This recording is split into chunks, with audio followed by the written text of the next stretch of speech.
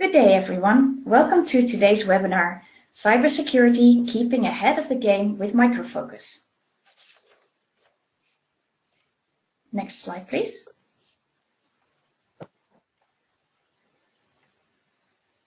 Today's Vivid webinar is brought to you by the Vivid Automation and Cloud Builder Special Interest Group and the Vivid Security Special Interest Group. The SIG leaders are Darren Blumenthal, the Accenture. He is the Automation and Cloud Builders Special Interest Group leader. Soma Ismail Bola, he is with IT and SEPT, Security and Privacy SIG leader.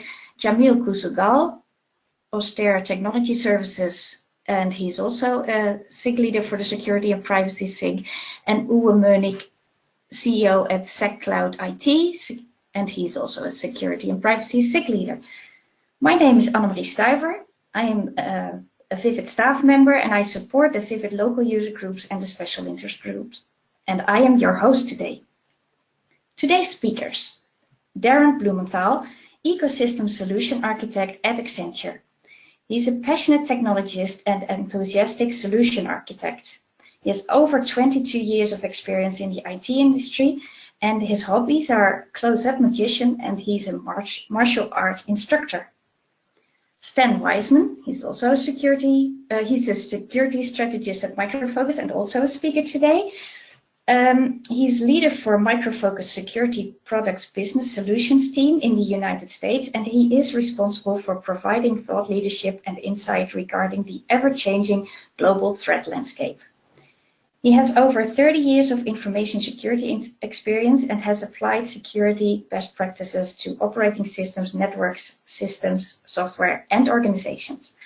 Like Darren, he likes martial arts, but he has the brown belt. Next slide, please. Now some quick housekeeping. Today's live session is intended for all Vivid members. The on-demand recording, slide deck, and questions and answers will be posted on the Vivid website, visible for all Vivid members. Additionally, today's slide deck, questions and answers, and on-demand recording will be made available to you. We will send you a link via email once they are posted to the Vivid website. If you have questions as we go along, please type and send them in using the questions pane in the webinar control panel, shown on the next slide. Here you can see a picture of the GoToWebinar control panel that usually appears in the upper right-hand corner of your screen. To submit a question, make sure the questions pane is expanded and type in your question and then click on Send. So let's get started. I will now pass it over to Darren. Thank you very much, Anne-Marie, and welcome to everyone on the call. Good morning, good evening, and good afternoon. We would like to take this opportunity, as you can see 2019 on the screen, to wish everyone on the call a very happy start to the year and everything of the best for the next 3 quarters of 2019. What a year this is proving to be. I'm honored to be joined here on this webinar by Stan Wiseman, Chief Security Strategist and Leader at Micro Focus Security. Also to note, this is the first time that the Cloud Builders SIG and the Security SIG are co-hosting a webinar. So welcome to all attendees from both SIGs. We have a lot more in common than you think.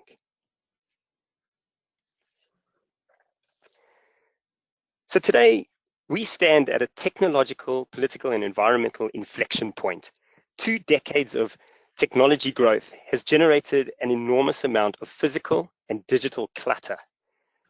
And the demand on the planet's resources mirrors the demand on 2 other precious human resources, our time and our attention. And as a result, everybody are doing some serious soul searching this year about where they stand in all of it, which leads us to the overall meta theme for 2019, the search for value and relevance. But everywhere you look, security is part of that discussion. So today we're going to be talking about 4 key trends in the security landscape. We've called it Be the Hunter, Not the Hunted. We'll be taking you through how Micro Focus can address each one of these security trends. So that's with security analytics. Then we have visibility. Now you see it, now you don't. because you can't protect what you cannot see. We'll be talking about how to protect your house with data-driven conversations. And then lastly, rethinking the perimeter. We'll be taking you through cases where identity-powered security is key. And then we'll, if there is time, and I hope we'll cover it all, but we'll open it up to Q&A. So without further ado, let's start with our first security trend. Be the hunter, not the hunted. I don't know if all of you have had a chance to watch this film, but this is a movie that I truly loved. It's a classic tale of cat and mouse. The good guy has to catch the bad guy, but the bad guy was once a good guy, and now he's turned bad because he saw how bad it was to be good in a war. And the good guy used to teach the bad guy, so the bad guy knows all the good guy's tactics. So soon you start sympathizing with the bad guy, but in the end, the good guy needs to win, right? So not sure if you remember, but in 2018, we had a huge amount of data breaches and hacks, and customers' trust in companies that were collecting and using the data was not only dented, but also burned. Last year's events left huge numbers of people feeling used and vulnerable. I read somewhere that 75% of people said that they won't buy a product from a company, no matter how great the product is, if they don't trust that company to protect their data. And on another note, I read that 60% of people ranked that a war was less concerning than cybersecurity. So you can see how security is key to all our conversations. And that's why I've brought this in there for the Cloud Builder SIG, because as you architect data centers and hybrid clouds and cloud environments, you have to keep security in mind, front and center. And today's webinar is going to show you how Micro Focus will address these kind of trends and how to mitigate against them. So as you already know, there's many types of attacks, such as malware, denial of service, SQL injection, cross-site scripting. These are the kind of things that hit Marriott hotels, where in November last year, 500 million records of customers' data, including credit card and passport info, leaked since 2014. So this was happening for 4 years without them knowing about it. And then, as you know, with Facebook in October, about 29 million records were compromised due to third-party site scrapers that were just gleaning the site for people's information. So what is security analytics? So think of it this way. How do you maneuver through a crowded street, surrounded by self-absorbed pedestrians, fast-moving bikes, cars, buses, traffic lights, angry dogs, hungry pigeons, and whatever that is on the floor? So standing on the street corner, you receive a lot of data via your sensors, right? Your sight, sound, your smell, then your brain processes them. You do a quick analysis based on your experience, and then you determine your outcomes. So do you stop? When should you go? The route looks dangerous. Is it threatening enough? Are you trained in martial arts like I am? Can you run a 5-second mile and escape any potential danger? Or are you in the biggest, safest vehicle on the road and you don't actually care who gets in your way? So in our cybersecurity world, we can discuss each one of these in terms of use cases. Specifically, the classic infamous cases of Spectre and Meltdown. Not Spectre, the worst or one of the worst 007 movies to date. I actually quite enjoyed it, but the reviews weren't so generous. But in early 2018, news surfaced publicly about 2 hardware vulnerabilities that had the potential of exploiting critical vulnerabilities in pretty much every system on the planet. Not just talking desktops, laptops, and cloud servers, but I'm talking smartphones and basically all modern processors, the very things that run our lives these days. And then there was Meltdown, another hardware vulnerability that allowed rogue processors to read all memory, even if it's not authorized to do so. So how can we mitigate against this with Micro Focus? So I've got Stan Wisserman with me, and he's going to tell us exactly how Micro Focus addresses this from a security analytics perspective. Hey, thanks, Darren. And I really appreciate the opportunity to speak to both the cloud and security SIGs today. And I'm going to have to check out that movie Hunted. I can't believe I haven't seen it. But security analytics, as you've noted so well, is certainly a big trend. And you know, it's certainly something we're reflecting in our portfolio as well. And what I wanted to start with, just as level set, is to provide a perspective of our portfolio and what we address. And so this slide provides an overview of our security, cybersecurity technology areas that we focus on. And you'll notice at the bottom of that slide, we include analytics and machine learning. And we're taking steps to integrate analytics and machine learning throughout our security portfolio, actually throughout our whole Micro Focus portfolio as far as machine learning, to drive greater insights and decision making. So let me share how we're doing this in some of our technology domains. Can you go to the next slide, please? So as you pointed out, with the high frequency of advanced threats and these threats becoming more stealthy and more challenging, like Spectre and Meltdown, some organizations are implementing a threat hunting capability, either within their current security operations center, working environment, or in a separate hunt team that feeds these findings back into the SOC. And so as you ingest data, as represented by the blue on the left-hand side of this slide, you can then correlate event data for known threats with a SIM. But you can do more discovery by leveraging analytics and machine learning to then help prioritize your events for your analysts so they can know what to focus on and identify these threats. Go ahead and go to the next slide. As you can see on the top right, ArcSight ESM, which is our SIM, provides real-time correlation needed by SOCs to help it quickly identify known threats. So those are some of the challenges they're facing. Like, how do they identify known threats quickly and reduce the dwell time in their environments? A couple of years ago, we started rolling out ArcSight Investigate, which provides structured data analytics and is built on Vertica, our columnar database.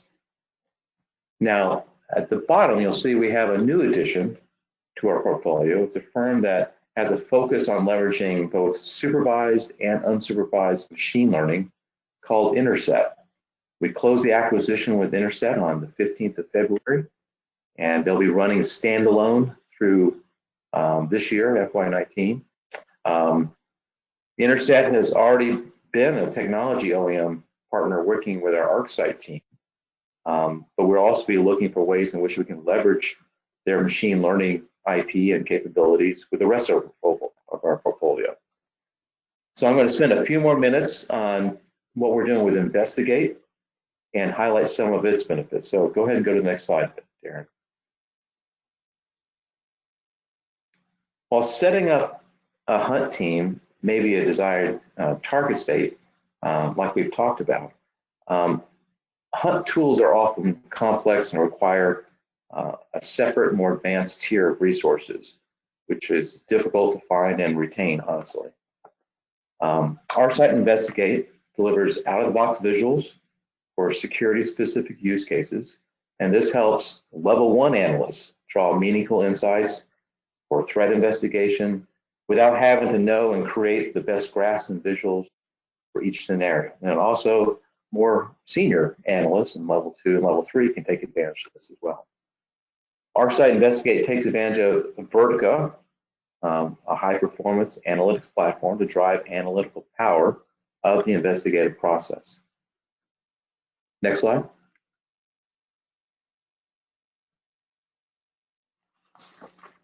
Investigate supports complex visualizations quickly with drill down capabilities, quick filters, easy field selection for charts. You can comb, the challenge that we have in the SOC is that combing through thousands of events is pretty inefficient. That's why we have a SIM. But we also want to do searches and augment what we're doing with some of these hunt capabilities. And when we're doing that, it can be very time consuming and prone to error.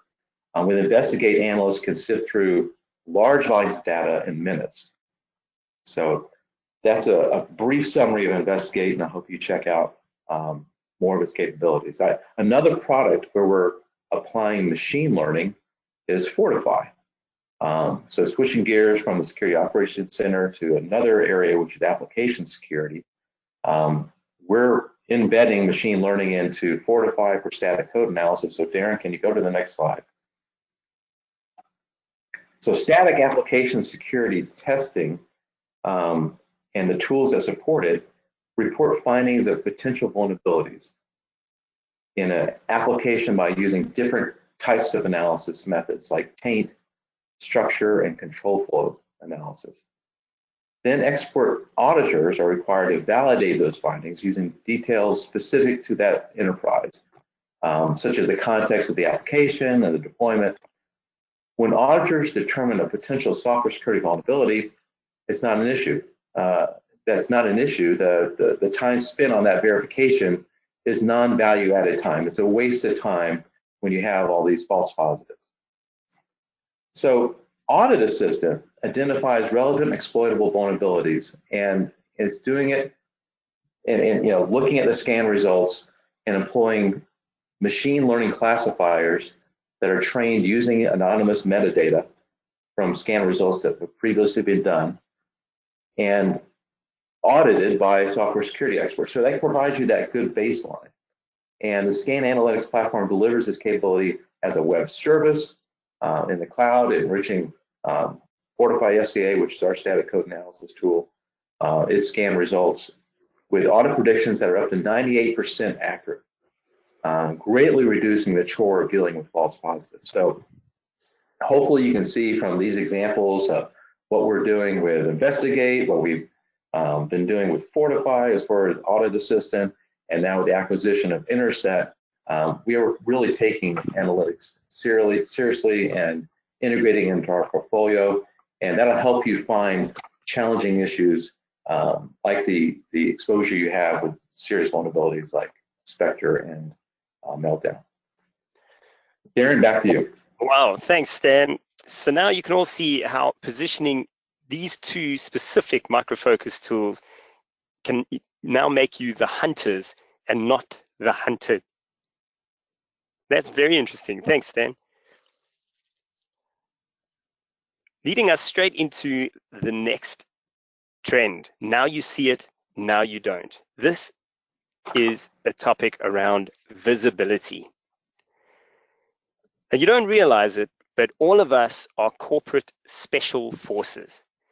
And I like to refer to our team as the special forces of our company for a number of reasons. Number one, not many people know we exist. And when we get called in at the last minute, we seem to save the day. But there's another thing that we all do well, and we don't realize it. So I want you all to read this phrase out loud. Read it quickly. Now read it again. Okay, simple enough. Now I want you to read it backwards. Now I've tested this on dozens of people, and I tested it on Stan and Anne-Marie earlier, and I'm almost certain most of you didn't see the extra "the" that I snuck in there. We have a saying in Africa, if it was a snake, it would have bitten you. But us cloud builders and security folk, we see things most people don't see. We are conditioned for it. And if you blink, something might just get past you. So remember, you cannot protect what you cannot see. Now, what created these visibility challenges? So building on from this, over the past, 2 decades, the growth of the number of devices and the different types of devices that are out there and the platform diversity, you cannot get agents onto new devices. Some devices just don't have operating systems like we know it, and you cannot write agent-based software for every operating system. It's just unsustainable. Plus, there's the cloud adoption that's created new challenges. So you've got lots of device locations, lots of access points.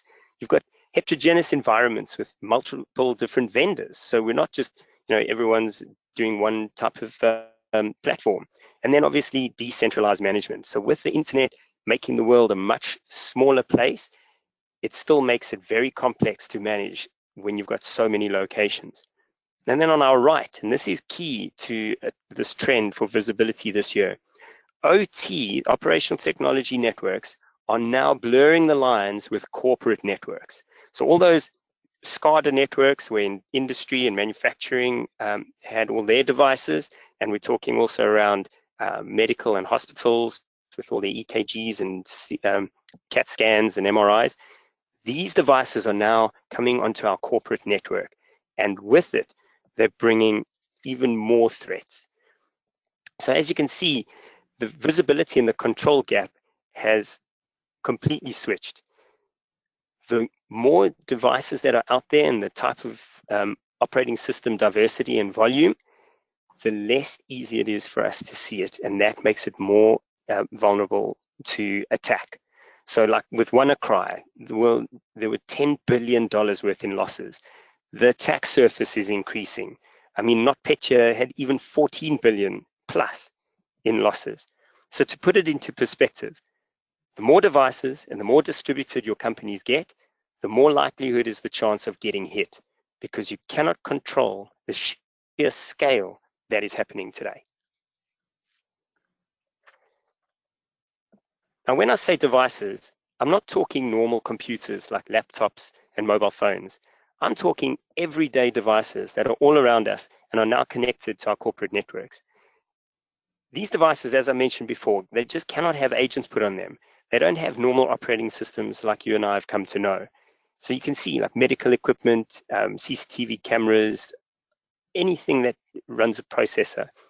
Now, I'm going to tell you something here that I'm not sure many of you knew, but there is a team in Israel military called Unit 8200. Now, they're an intelligence military unit in Israel that are responsible for collecting signal intelligence and code decryption. This is an amazing unit.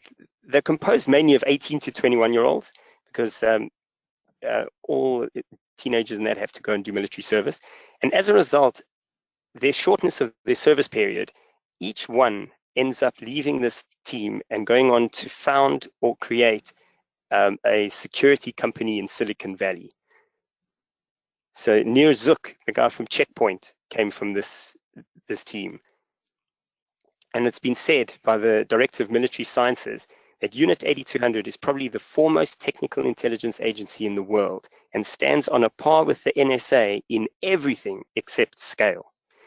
Now, these guys found something very interesting, which I wanted to share with you. Why would you need protection against all of those OT devices? Weaponized malware. Now, I was talking to Stan about this earlier, and this is a real threat. So firstly, this is a $200 million industry waiting to be tapped. And secondly, remember all those devices I told you about a couple of slides back that are connecting to our networks? Well, there are companies that are actually manufacturing these devices with pre-configured malware built into it.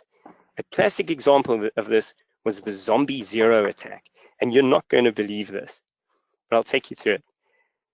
So Zombie Zero was an attack that was discovered a few years back. It showed that at least 8 companies had been compromised. What made this unique was that the malware had been preloaded onto barcode scanners in China and then sold onto the open, these were wireless barcode scanners, and sold on the open market to global shipping and logistics companies.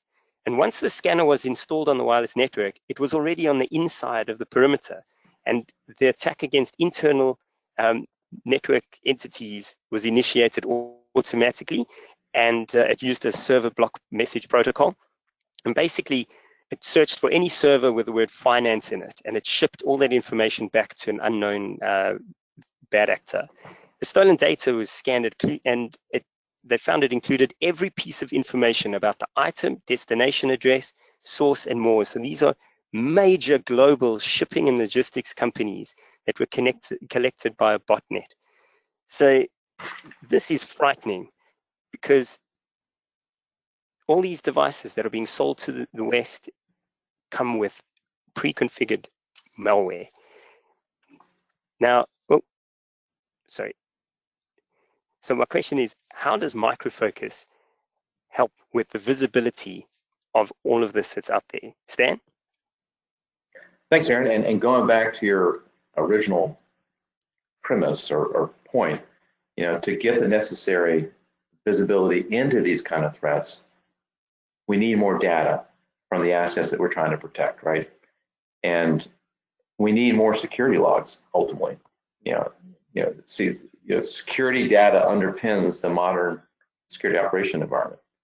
And with that exponential growth of collecting all that data from all those devices you were just talking about, that volume and the velocity that we're getting from all that data, from all those asset sources, the SOC must process this data in an efficient way.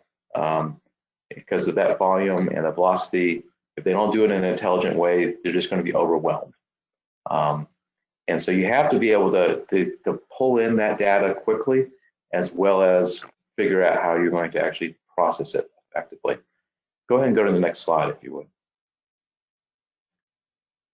If you get the security data from the assets that you're trying to protect, whether it's on-prem or in the cloud or your OT environment, IoT, you can then leverage use cases to correlate the event data, and then you get the visibility into the threats so you can then secure your enterprise. Go to the next slide. The ArcSight connector framework supports over 560 different types of devices.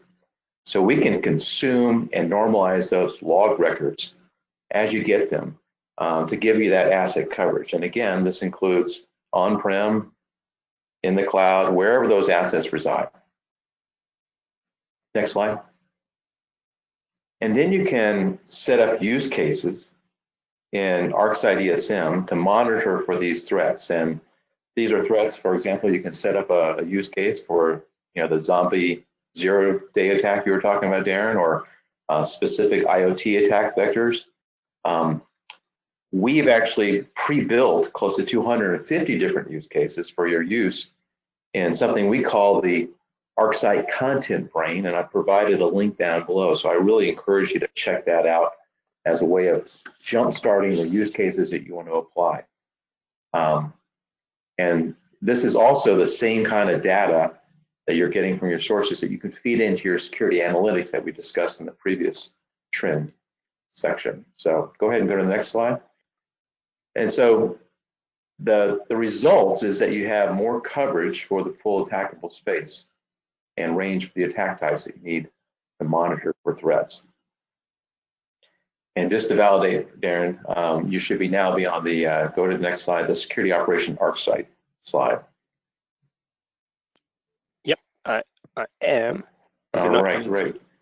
No, again, I'm having a hard time seeing it. So, this gives you a sort of like a logical architecture view of ArcSight, and it provides you a future-ready kind of solution that you're looking for to be able to connect with existing data lakes and analytics platforms and other security technologies that are supporting the SOC.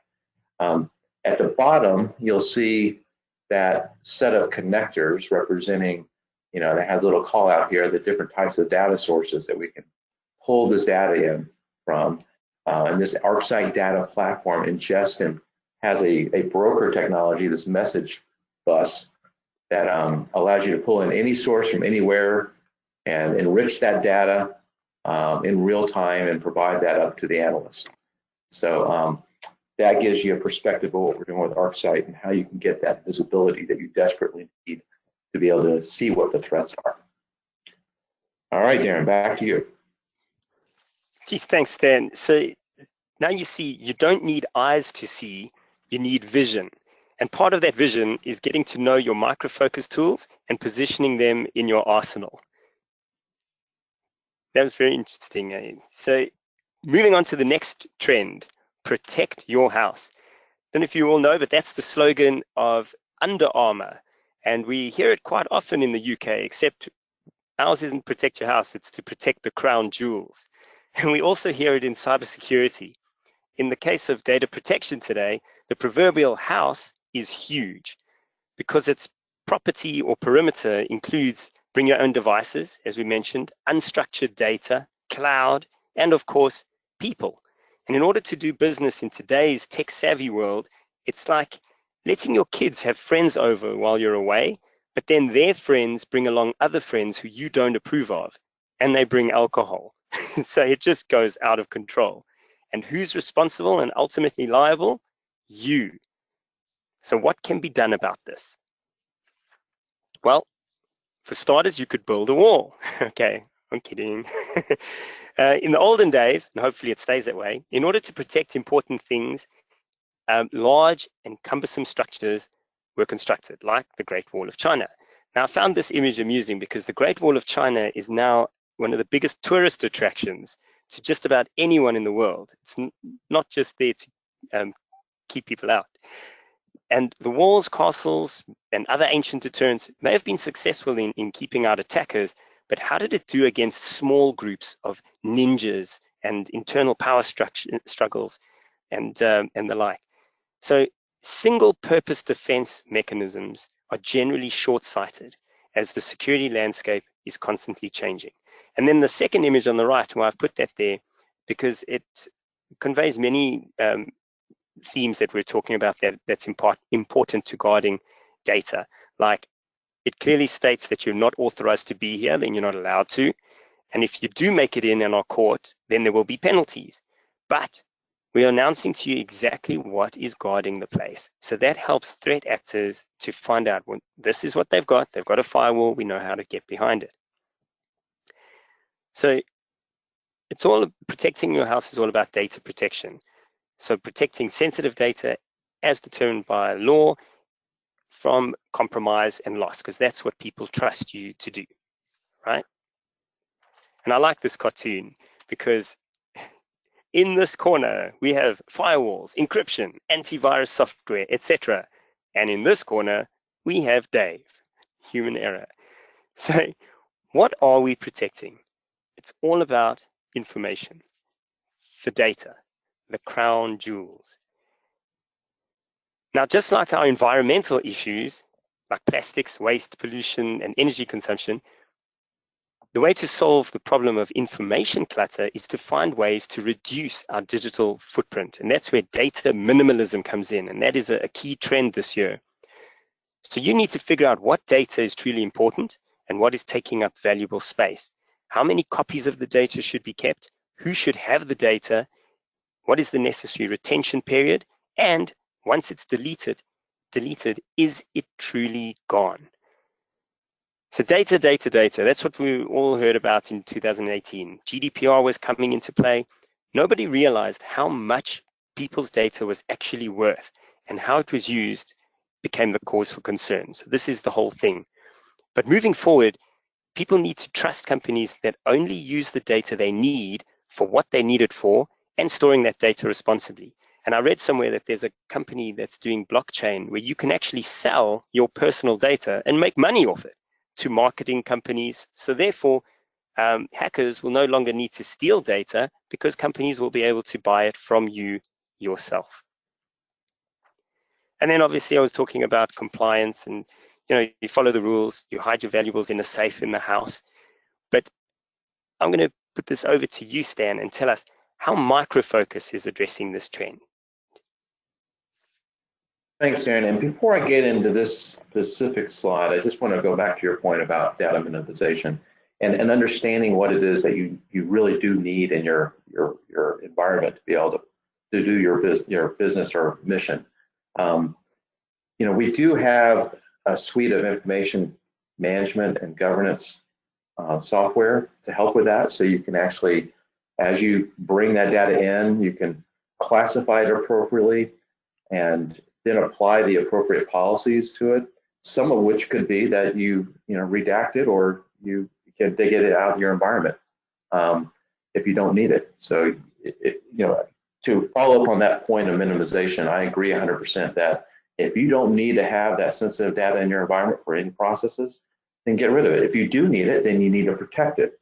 And we do believe that a key to today's approach, given the fact that the target is the data, and the bad guys are looking at all the angles that they can get into as far as getting access to that data and monetizing it, is data-centric security.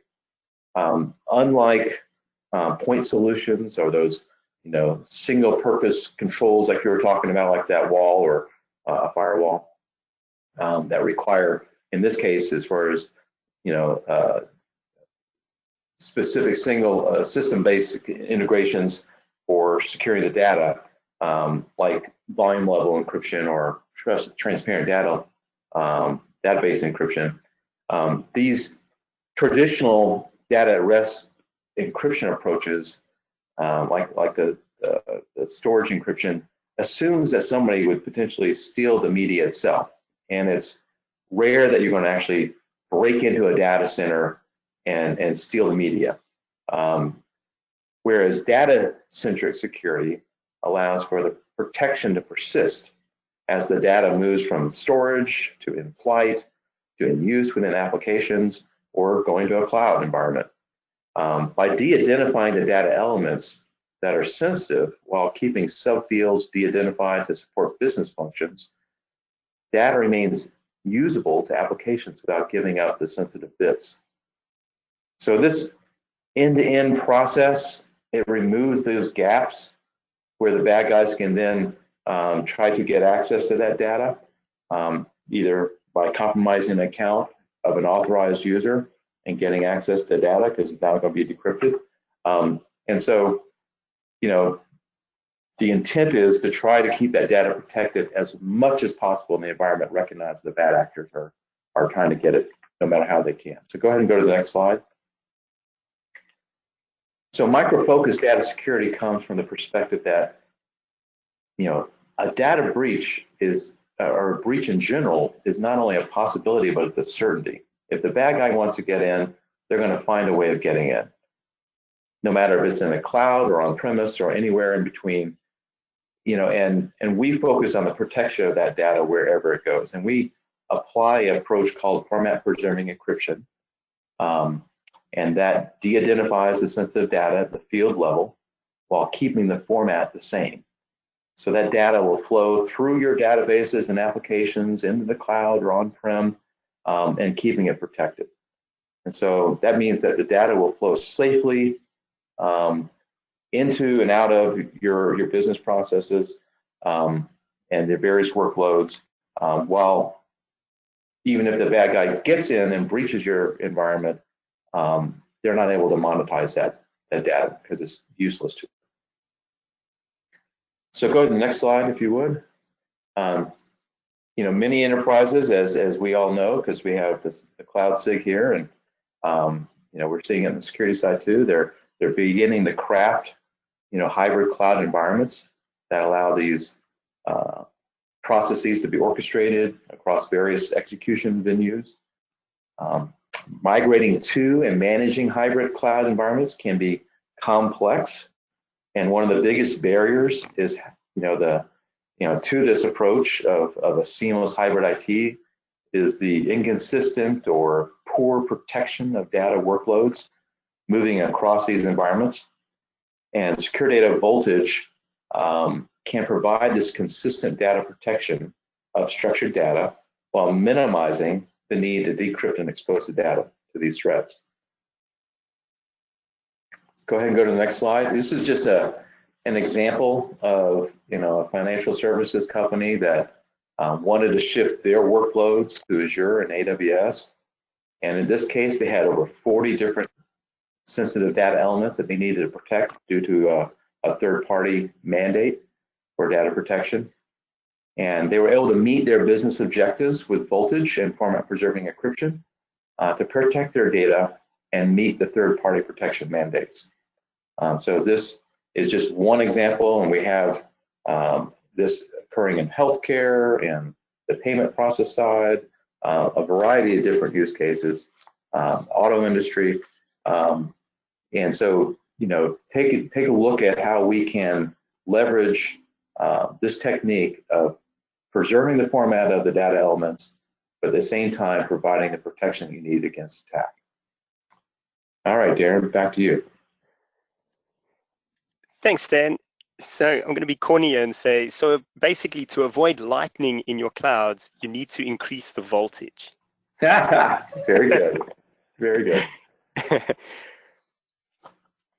Great. So speaking of clouds, let me tell you about the next trend, what I call the black cloud, as we rethink the perimeter. So the traditional perimeter model is now in the past due to phishing, compromise within the perimeter, assets, migration to the cloud, storage, obviously we've spoken about that, and then traversal, the boundary of boundary by devices. It's not the device that's mobile, it's you. And this is the true threat of data compromise and security breach, is the fact that it's people that are moving around the world, not necessarily just the data. So I was telling you earlier about protecting the crown jewels, but that is if you know where your data is and who has it.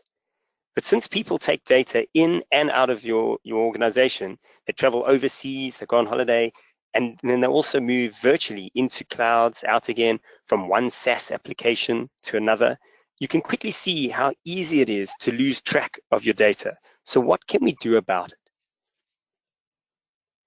We need to put the perimeter around each user. Instead of just a firewall and protection of your data, like the castle around the crown jewels, we need to ring fence each and every user. And this is how we're going to be able to protect what they can see, what they can do, and what they have access to. It's almost like zero trust networking, but this is more from an identity perspective. So Stan is going to now share with us how Micro Focus achieved this. And this is a bit of a busy slide, but the point is that organizations are undertaking digital transformations, right? And they're trying to support their customers and have to put in place identities to allow them access. They have partners, trusted and untrusted, but they have to be able to recognize those partners. And then there's the mobile space. So as we're undertaking these transformations and creating these hybrid IT kind of environments, there's lots to deal with. And as Darren points out, we need to recognize that identities have sort of become the new perimeter.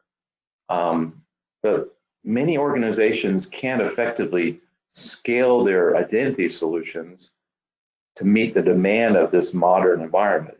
What worked before for the smaller, in-house kind of problems that you've got as far as governance of your identities, all of a sudden could be broken if you have a merger or an acquisition and your size increases. The spreadsheets break, right? You need to have something more mature to actually deal with that. So go ahead and go to the next slide, Darren. And as we look at simplification of that horrendous mapping we talked about a second ago and all the various aspects, we can break it down to manageable bytes when you address it on the identity side. If you have a platform that can support multiple delivery models while essentially managing identities and providing a single view, that's going to be key to success as far as how you can actually make this work. So go ahead and go to the next slide.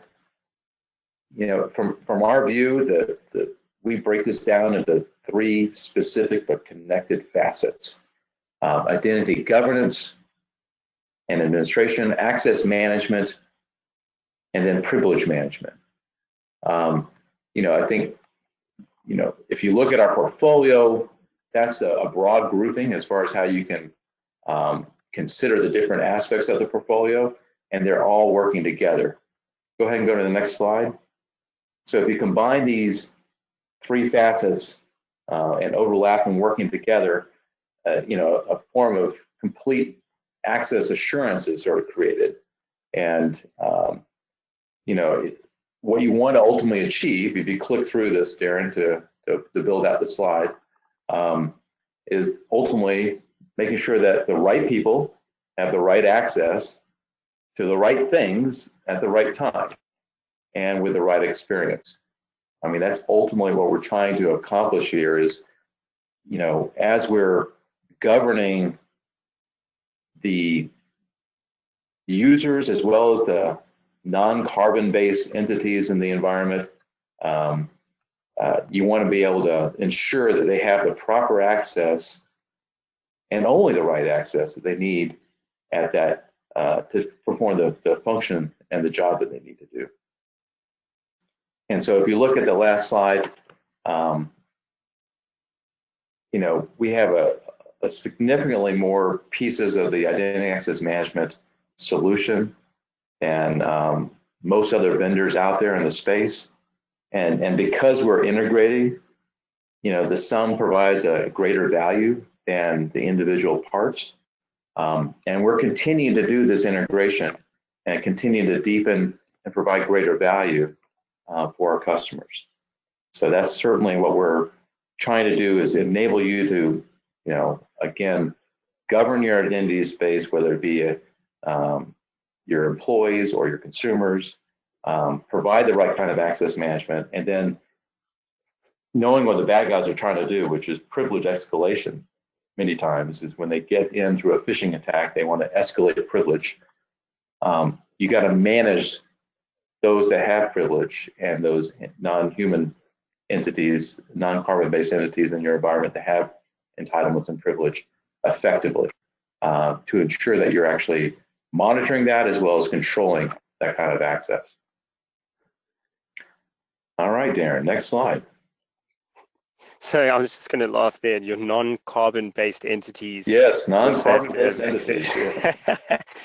So there you can see another one more to add to your arsenal. And I was just going to say, Stan, before you go into the next one there, that everyone, you can see just how a few of the tools of Micro Focus can address some of these key trends, but it's always best when they all work together. What do you reckon, Stan?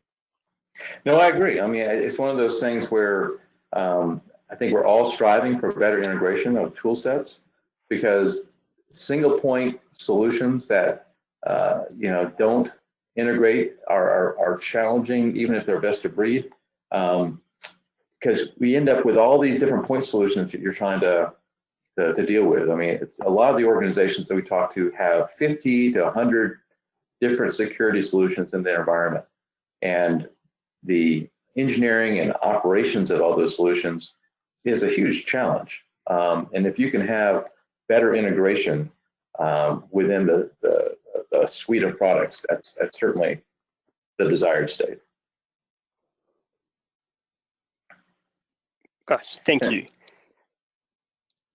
No, that's so this last slide. Yeah, so this last slide, Darren, you know, again, I want to thank you and Vivid for the opportunity to participate in this joint webinar with the Cloud and Security Stakes. And, you know, I touched upon a number of these products, but this gives you the specific mapping of what the products are that support these different cybersecurity technology areas, and how they can support some of the trends that Darren teed up.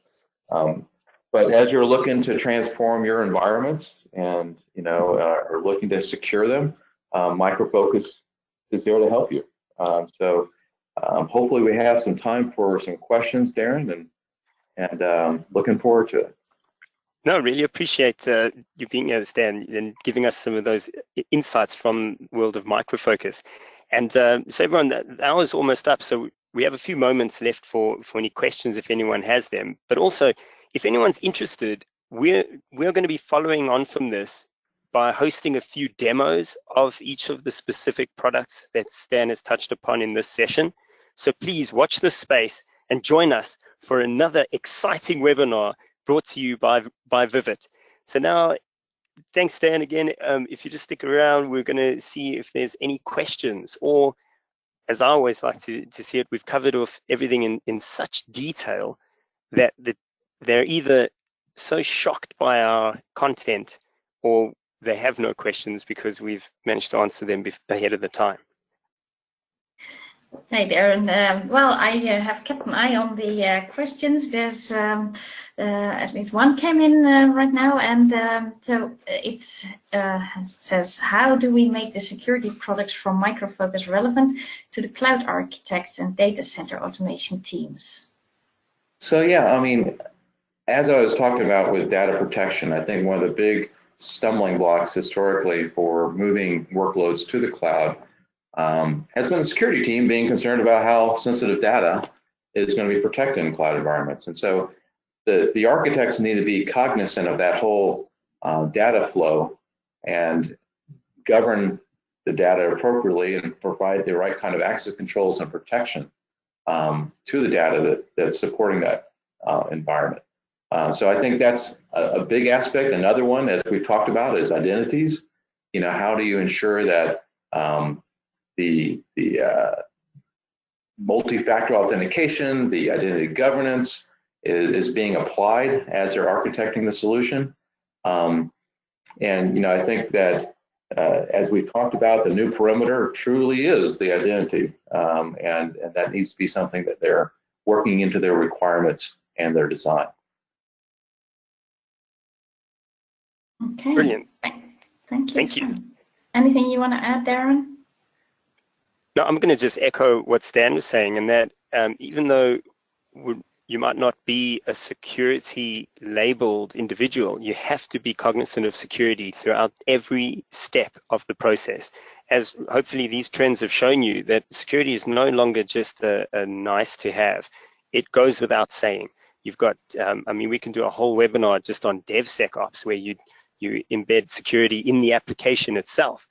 But because of the type of threat vectors that are out there, and especially with what I showed you all today with weaponized malware, everyone is part of the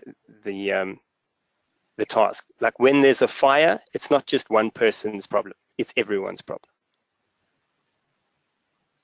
Yeah. And there's a question that came in from Gary. Are corporations developing counterintelligence capabilities? Can you say anything about that? I'll let Darren address that one first. So your company's developing counterintelligence, or our companies? Our companies, our corporations developing counterintelligence capabilities, yeah.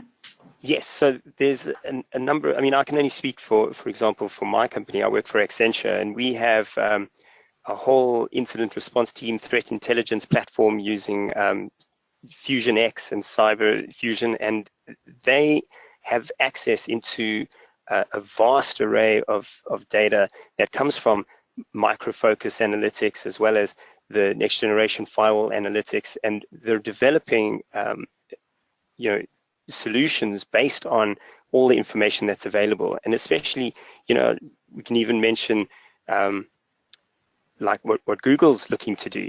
You know, you have to have access to all of the information, otherwise you cannot make those decisions. So that's my view on it. And I think I guess counterintelligence, having come from, so I got my start at the National Security Agency, and that has a certain meaning to me. In the cyberspace, I think it's really more threat intelligence. And with that awareness of what campaigns are being run by the bad actors, what, you know, as you threat model your systems and understand the potential attack vectors, and then map that to what you're seeing as far as the active campaigns and the kind of threats you're seeing, you can pivot your controls and be more adaptive to those threats. And organizations are standing up and sharing threat data with each other, threat intel with each other, so they can be more, apply the right controls to the threat that they're seeing. And you mentioned Google. Google is really good at doing that kind of pivoting where they're actually seeing certain threats and then they're applying their controls that they need to address those threats. That helps them prioritize, you know, specifically what they need to be focusing on. I do want to address, there's another question, Anne-Marie, that was in the chat about the credit card data in the example. And just to clarify, yes, you would want to collect, you want to protect the credit card data, and many times it's honestly with tokenization for PCI compliance versus format preserving encryption. For PCI, they're requiring tokenization. You can, in certain circumstances, certainly use format preserving encryption for your credit card data, and in some cases, then leave subfields like the last 4 digits decrypted so that your help desk or other business processes can continue to operate without having to decrypt that data. So depending on the use case, whether it's a PCI use case and therefore tokenization or other use cases, you'd apply different kind of protections to the credit card hand field. Great, thank you, Stan, for answering that question as well. I don't see any other questions from the audience right now, and we're almost at the top of the hour. So with that, I would like to thank both of you for a very interesting session. I do have some information for you. There's some upcoming Vivid events. There's a local user group meeting in Germany coming up March 20. If you are in the network management space, then I would recommend you to look at this link. And a webinar March 28, Automated Monitoring Develops Golden Data. Automated AI Ops with OpsBridge makes it shine. So that's the upcoming events for this month. Register today for Universe 2019. It's coming up 26 to 28 March. You'll benefit from customer-driven content to give you real-world tips, tricks, and best practices, one-on-one meetings with micro-focused leaders and product managers, educational workshops, a private hosted dinner, and more. Microfocus Universe is invaluable to all roles, from business executives to technical users and everyone in between. So I hope to see you there. Vivid will have a booth, so welcome to come by. ADM Summit registration is now open for this Microfocus ADM Summit, April 9 to 11 in Rosemont, Illinois, Chicago area. Join Vivid there to learn how global competition is demanding innovative apps that meet all customer expectations. The Microfocus Application Delivery Management Product Management team will conduct compelling breakout sessions, share the latest product roadmaps, and demo their newest solutions. Attendees will have the opportunity to network with peers, partners, product experts, and ADM executives. We hope you can join us. Hey, Anne-Marie, I just want to add one more thing. We also have the Cybersecurity Summit for Microfocus that'll be in Dallas this year as opposed to in the DC area. That'll be in June. So I think it's the 6th through the 9th in Dallas, Texas. So hopefully you guys can mark that on your calendars. Yeah, great, Ed. Thank you, Stan. So the Security Summit, and that will be in Dallas, you said, in June. Great. Okay, I'll make sure to promote that in the next event. So thank you, Stan, and thank you, Darren, for your presentation. And we appreciate your time to share your knowledge and all your experience with the Vivid members. Thank you, Vivid members, for attending today's Vivid SIG webinar. And thank you also for giving us the opportunity, and I hope that our insights into the trends in the world of cybersecurity has given you guys some food for thought, and how Stan's managed to map the appropriate Microfocus tools to those trends. Thank you, Stan. Great. Oh, thank you, Darren, and thank you, Anne-Marie. Thank you both. And just a reminder that you will receive a short survey after this webinar, and we would love to get your feedback. Well, thank you, and enjoy the rest of your day. Thank you, everyone. Bye-bye now. Bye.